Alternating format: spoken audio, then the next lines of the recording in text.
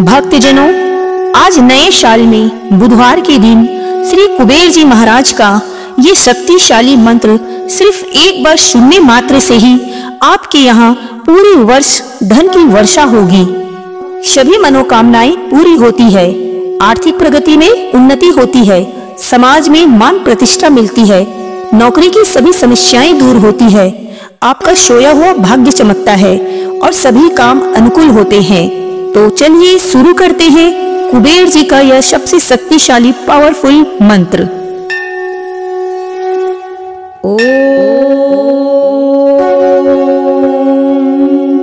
श्रीं ह्रीं क्लीं श्रीं वित्तेश्वराय नमः। ओम श्रीं ह्रीं क्लीं श्रीं वित्तेश्वराय नमः। ओम श्रीं ह्रीं क्लीं श्रीं वित्तेश्वराय नमः। ओम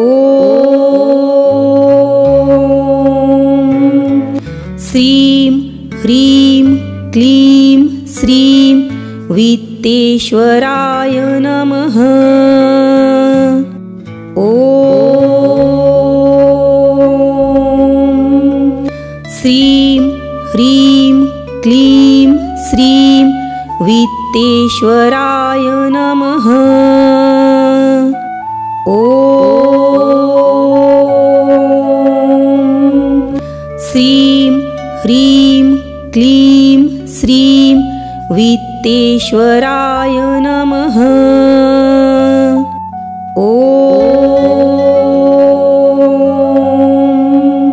श्रीं ह्रीं क्लीं श्रीं वित्तेश्वराय नमः। ओम श्रीं ह्रीं क्लीं श्रीं वित्तेश्वराय नमः। ओम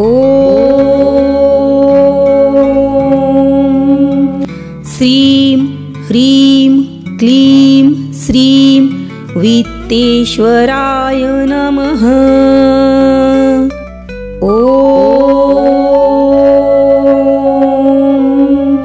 श्रीं ह्रीं क्लीं श्रीं वित्तेश्वराय नमः। ओम श्रीं ह्रीं क्लीं श्रीं वित्तेश्वराय नमः। ओम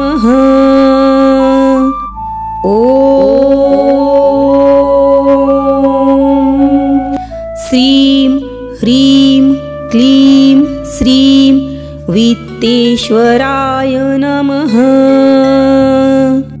ओम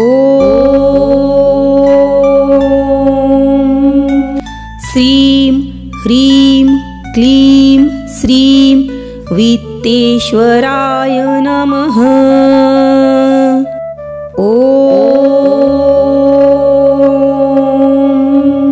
श्रीं ह्रीं क्लीं श्रीं वित्तेश्वराय नमः।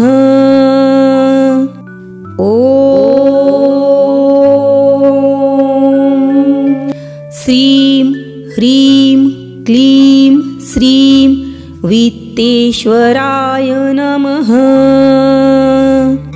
ओम श्रीं ह्रीं क्लीं श्रीं वित्तेश्वराय नमः। ओम श्रीं ह्रीं क्लीं श्रीं वित्तेश्वराय नमः। ओम श्रीं ह्रीं क्लीं श्रीं वित्तेश्वराय नमः। ओम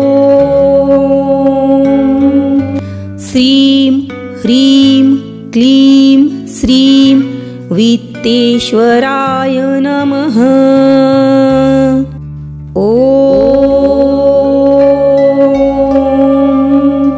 श्रीं ह्रीं क्लीं श्रीं वित्तेश्वराय नमः।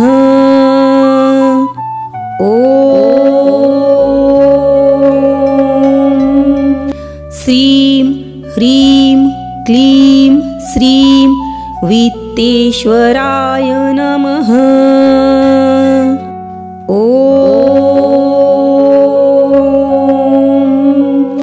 श्रीं ह्रीं क्लीं श्रीं वित्तेश्वराय नमः।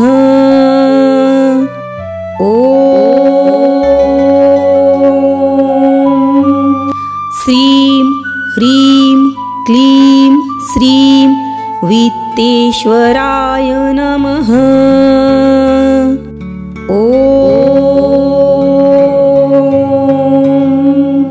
श्रीं ह्रीं क्लीं श्रीं वित्तेश्वराय नमः।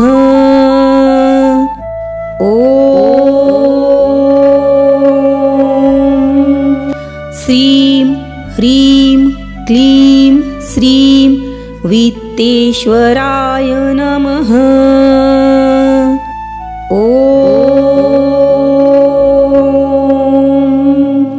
श्रीं ह्रीं क्लीं श्रीं वित्तेश्वराय नमः।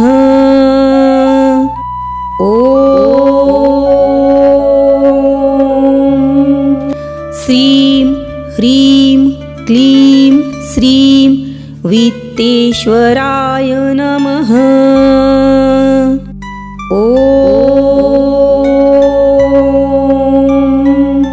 श्रीं ह्रीं क्लीं श्रीं वित्तेश्वराय नमः।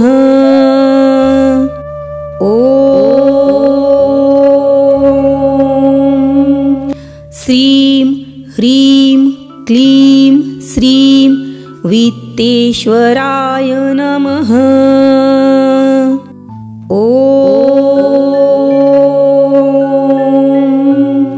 श्रीं ह्रीं क्लीं श्रीं वित्तेश्वराय नमः।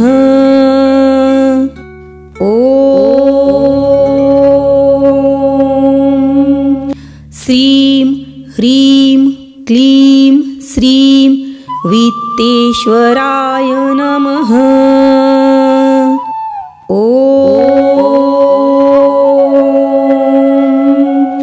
श्रीं ह्रीं क्लीं श्रीं वित्तेश्वराय नमः।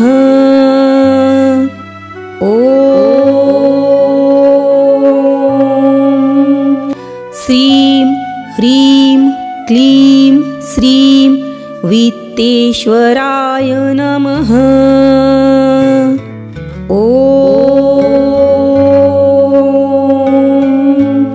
श्रीं ह्रीं क्लीं श्रीं वित्तेश्वराय नमः।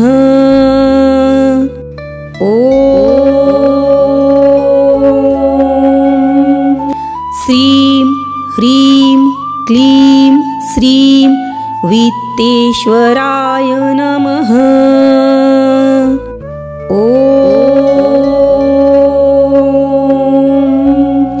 श्रीं ह्रीं क्लीं श्रीं वित्तेश्वराय नमः।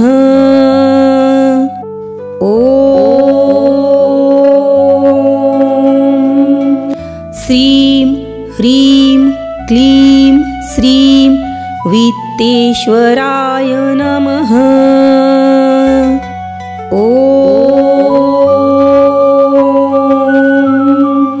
श्रीं ह्रीं क्लीं श्रीं वित्तेश्वराय नमः।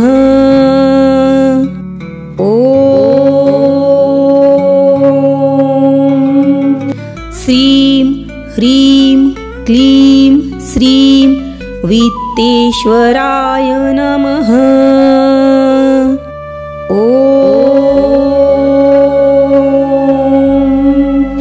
श्रीं वित्तेश्वराय नमः।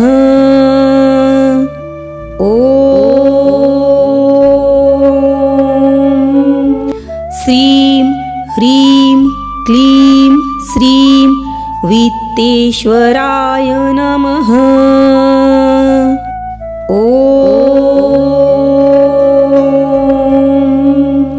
श्रीं ह्रीं क्लीं श्रीं वित्तेश्वराय नमः।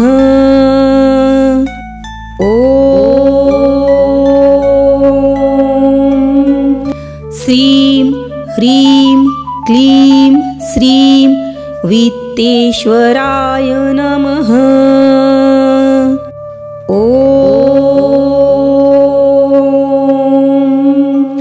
श्रीं ह्रीं क्लीं श्रीं वित्तेश्वराय नमः।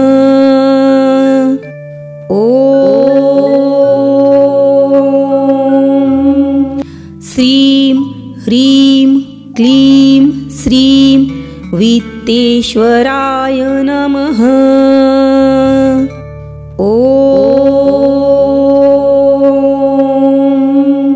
श्रीं ह्रीं क्लीं श्रीं वित्तेश्वराय नमः।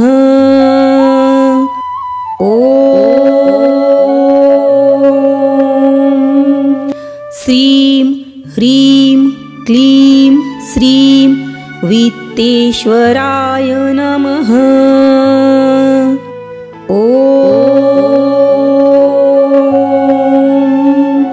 श्रीं ह्रीं क्लीं श्रीं वित्तेश्वराय नमः।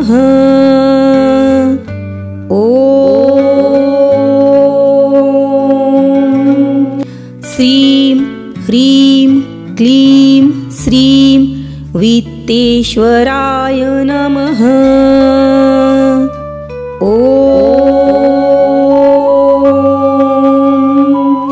श्रीं ह्रीं क्लीं श्रीं वित्तेश्वराय नमः।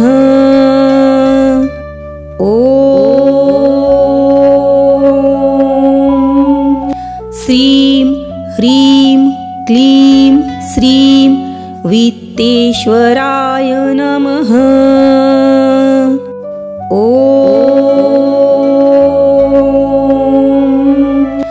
श्रीं ह्रीं क्लीं श्रीं वित्तेश्वराय नमः।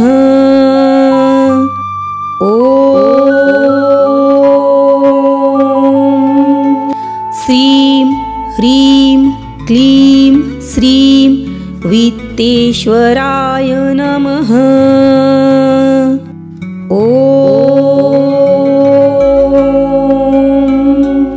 श्रीं ह्रीं क्लीं श्रीं वित्तेश्वराय नमः।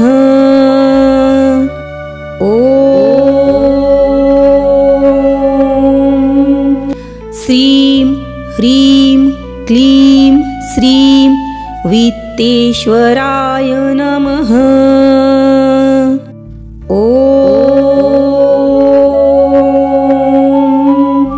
श्रीं ह्रीं क्लीं श्रीं वित्तेश्वराय नमः।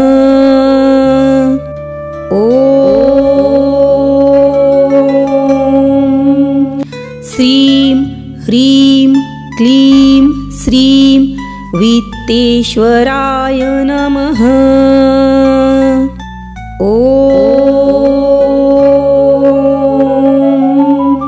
श्रीं ह्रीं क्लीं श्रीं वित्तेश्वराय नमः।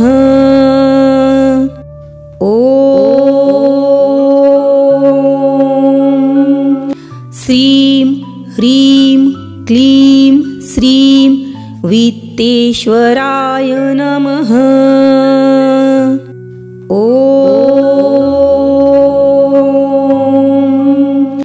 श्रीं ह्रीं क्लीं श्रीं वित्तेश्वराय नमः।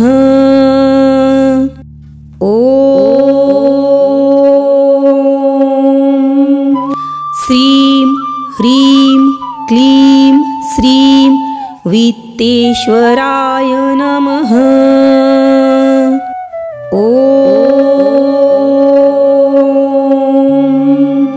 श्रीं ह्रीं क्लीं श्रीं वित्तेश्वराय नमः।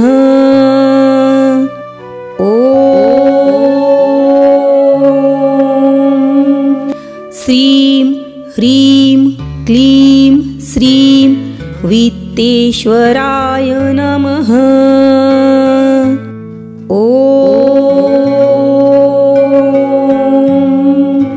श्रीं ह्रीं क्लीं श्रीं वित्तेश्वराय नमः।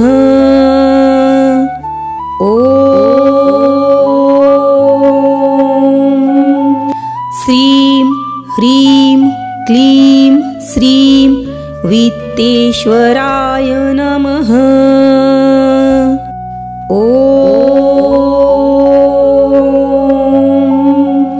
श्रीं ह्रीं क्लीं श्रीं वित्तेश्वराय नमः।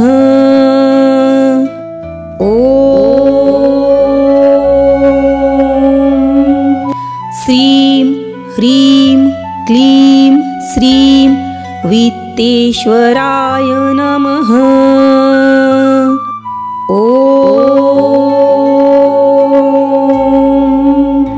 श्रीं ह्रीं क्लीं श्रीं वित्तेश्वराय नमः।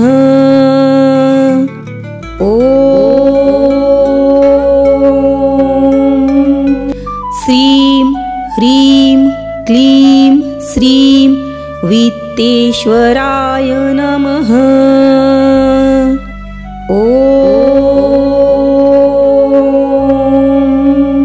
श्रीं ह्रीं क्लीं श्रीं वित्तेश्वराय नमः।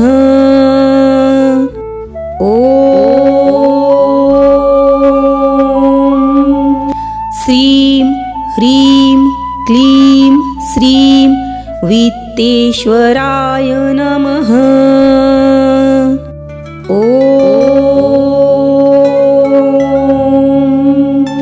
श्रीं ह्रीं क्लीं श्रीं वित्तेश्वराय नमः।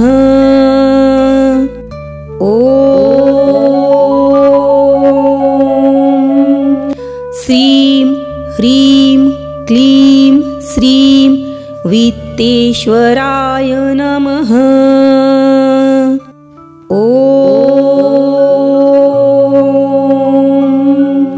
श्रीं ह्रीं क्लीं श्रीं वित्तेश्वराय नमः।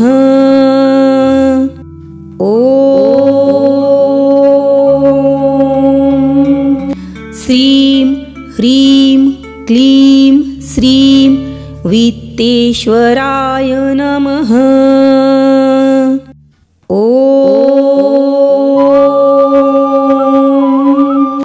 श्रीं ह्रीं क्लीं श्रीं वित्तेश्वराय नमः।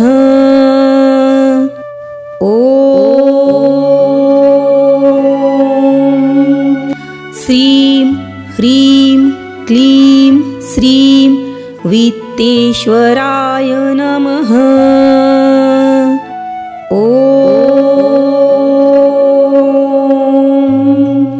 श्रीं ह्रीं क्लीं श्रीं वित्तेश्वराय नमः।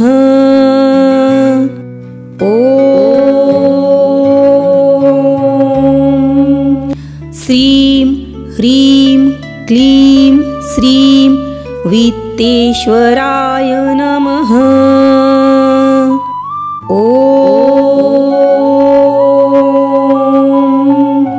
श्रीं ह्रीं क्लीं श्रीं वित्तेश्वराय नमः।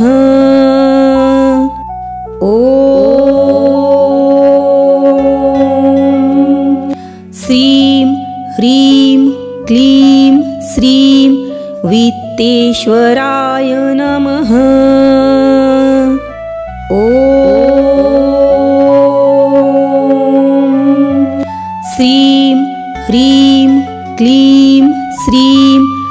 वित्तेश्वराय नमः। ॐ श्रीं ह्रीं क्लीं श्रीं वित्तेश्वराय नमः। ॐ श्रीं ह्रीं क्लीं श्रीं वित्तेश्वराय नमः। ॐ श्रीं ह्रीं क्लीं श्रीं वित्तेश्वराय नमः। ॐ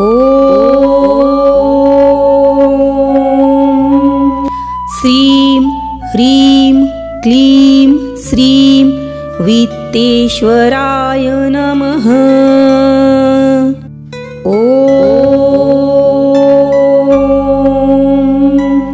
श्रीं ह्रीं क्लीं श्रीं वित्तेश्वराय नमः। ॐ श्रीं ह्रीं क्लीं श्रीं वित्तेश्वराय नमः। ॐ श्रीं ह्रीं क्लीं श्रीं वित्तेश्वराय नमः। ॐ श्रीं ह्रीं क्लीं श्रीं वित्तेश्वराय नमः। ॐ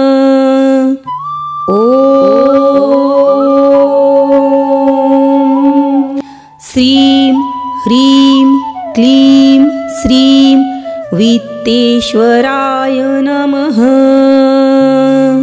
ॐ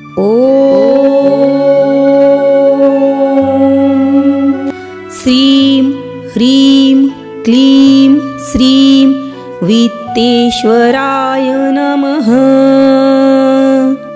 ॐ श्रीं ह्रीं क्लीं श्रीं वित्तेश्वराय नमः। ॐ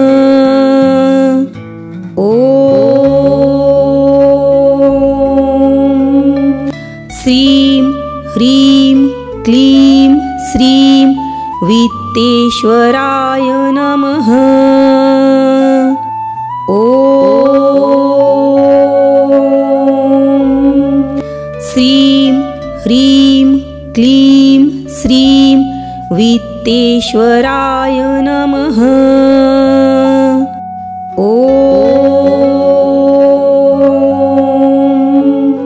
श्रीं ह्रीं क्लीं श्रीं वित्तेश्वराय नमः। ॐ श्रीं ह्रीं क्लीं श्रीं वित्तेश्वराय नमः। ॐ श्रीं ह्रीं क्लीं श्रीं वित्तेश्वराय नमः। ॐ श्रीं ह्रीं क्लीं श्रीं वित्तेश्वराय नमः। ॐ श्रीं ह्रीं क्लीं श्रीं वित्तेश्वराय नमः। ॐ श्रीं ह्रीं क्लीं श्रीं वित्तेश्वराय नमः। ॐ श्रीं ह्रीं क्लीं श्रीं वित्तेश्वराय नमः। ॐ श्रीं वित्तेश्वराय नमः।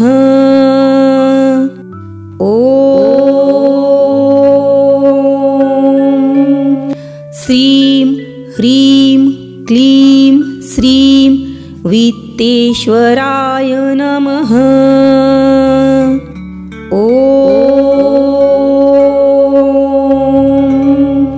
श्रीं ह्रीं क्लीं श्रीं वित्तेश्वराय नमः।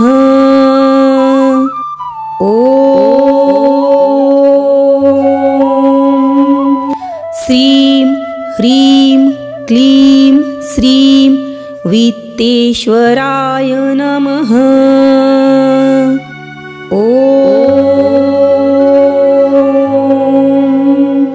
श्रीं ह्रीं क्लीं श्रीं वित्तेश्वराय नमः।